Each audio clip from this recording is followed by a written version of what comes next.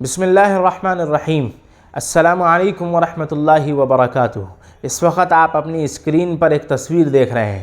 جی ہاں، یہ تصویر جناب شہاب چوٹور صاحب کی ہے۔ جناب شہاب چوٹور صاحب کو آپ لوگ بخوبی جانتے ہوں گے۔ کیرالہ سے لے کر کے مکے تک پیدل حج کے لیے نکلا ہوا ایک شخص، جو کیرالہ سے پیدل اکیلے نکلا تھا اور اپنے ساتھ ساز و سامان لے کے نکلا تھا کہ راستے میں کہیں بھی کیمپ لگا کر کے وہ رات گزارے گا اور صبح کو سفر کرے گا۔ لیکن جناب شہاب چوٹور صاحب کا پیدل حج جیسے ہی شروع ہوا، یہ بہت سرخیوں میں آیا اور بہت زیادہ وائرل ہوا۔ جہاں جہاں وہاں وہ گئے، ہزاروں لوگوں نے ان کا استقبال کیا۔ لیکن جناب شہاب چوٹور صاحب جب پنجاب پہنچے، پنجاب کے ایک گاؤں میں پہنچے جہاں سے ان کو سفر آگے دوسرے ملک میں کرنا تھا، لیکن ان کو وہاں کا ویزا نہیں ملا۔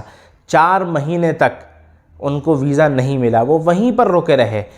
یہ بات میں آپ کو کیوں بتا رہا ہوں؟ یہ تمام تفصیل میں آپ کو اس لیے بتا رہا ہوں کہ اس انسان کے حوصلے پر، اس انسان کے اللہ پر یقین کو آپ سنیے۔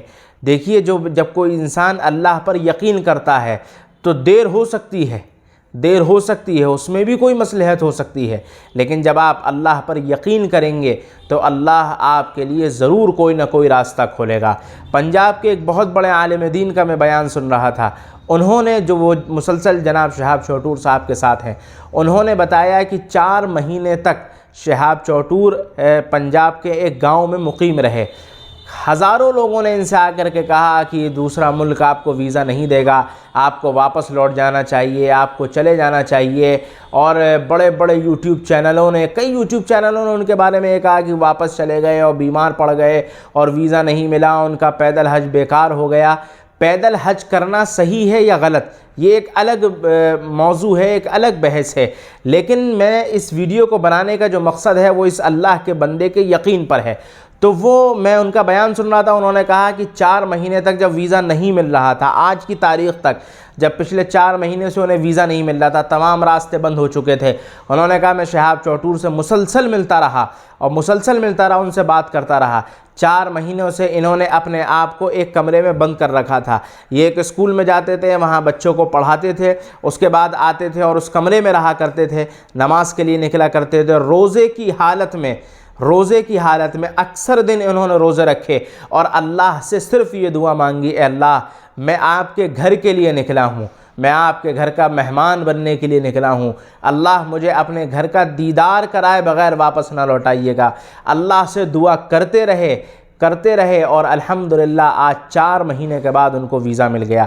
یہ تمام بات کو بتانے کا مقصد یہ ہے کہ جب آپ کا یقین اللہ کے اوپر مضبوط ہوتا ہے، جب آپ یہ طے کر لیتے ہیں کہ دینے والی ذات اور کرنے والی ذات صرف اور صرف اللہ کی ہے، تو راستے کتنے بھی مشکل ہوں، چٹانیں کتنی بھی بڑی ہوں، وہ چٹانیں بھی ٹوٹ جاتی ہیں اور راستے بھی آسان ہو جاتے ہیں، حکومتیں بھی جھک جاتی ہیں اور دنیا آپ کے استقبال کے لیے کھڑی ہوتی ہے۔